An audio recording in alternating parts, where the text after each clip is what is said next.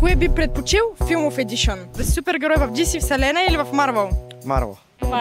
Марвел. Мисля, че ще избера DC заради Супермен. Да участвате в хорор филм или апокалипсис? Може би Апокалипсис. Не съм фен на хорор филмите. Хорор филм. Апокалиптичен. Апокалиптичен. Хорор филм. Да си най-омразния герой или скучния злодей?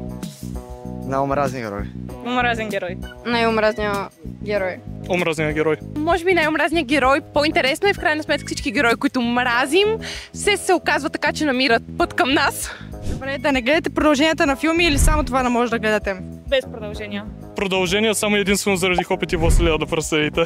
Зависи, може би да гледаш продължение. Все пак ако е някоя поредица, която много ти е интересна, да не видиш какво се случва, си е доста неприятно. Да бягаш от динозаври в Jurassic свят прераждане или да си справиш срещу някой злодей в Супермен? Да бягам от динозаври. Да се изправя като Супермен.